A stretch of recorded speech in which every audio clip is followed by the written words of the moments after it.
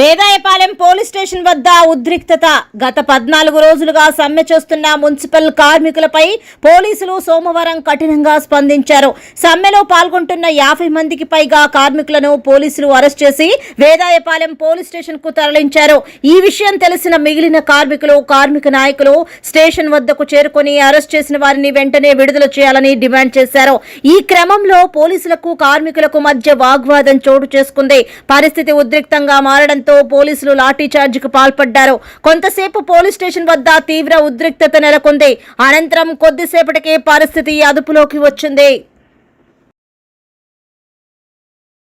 ప్రశ్నించిన దాన్ని తట్టుకోలేక వీళ్ళ మీద లాఠీ చార్జ్ చేశారు. ఆడవాళ్ళకి దెబ్బలు తగులున్నాయి, మగవాళ్ళకి దెబ్బలు తగులున్నాయి.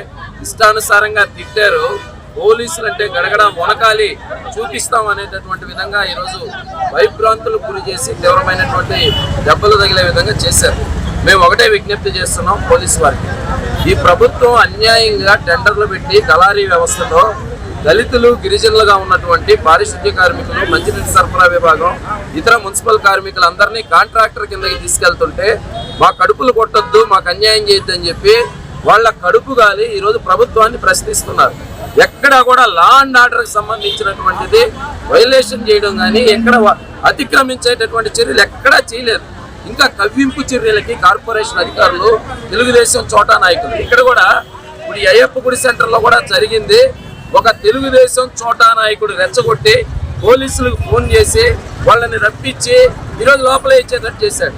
తెలుగుదేశం కార్యకర్తలు, తెలుగుదేశం నాయకులు, కూటమి ప్రభుత్వ నాయకులు ఈరోజు దళితులు, గిరిజనులు, పారిశుద్ధ్య కార్మికులుగా ఉన్నటువంటి వాళ్ళు ప్రశ్నిస్తుంటే తట్టుకోలేకపోతున్నారు.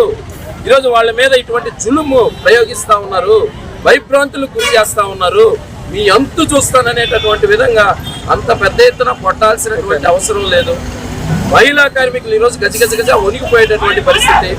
తీవ్రమైనటువంటి బూతులు దూషించడం కరెక్ట్ కాదు.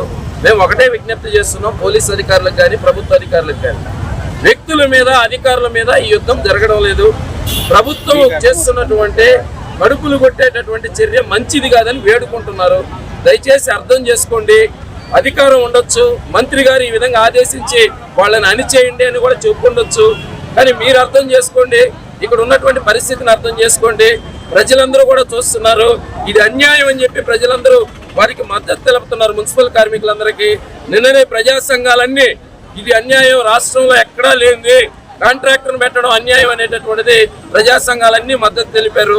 ప్రజల మద్దతు, ప్రజా సంఘాల మద్దతు, అందరూ మద్దతు తెలుపుతుంటే తీవ్రమైన వ్యతిరేకత వస్తూ ఉంటే తట్టుకోలేనటువంటి కూటమి ప్రభుత్వ నాయకులు, మంత్రి గారు ఇటువంటి దాడులకు పాల్పడడం అనేది అన్యాయం. దీన్ని మేము తీవ్రంగా ఖండిస్తున్నాం. ఎప్పటికైనా ఈ సమస్య పరిష్కరించాలా అని చెప్పి విజ్ఞప్తి చేస్తున్నాం.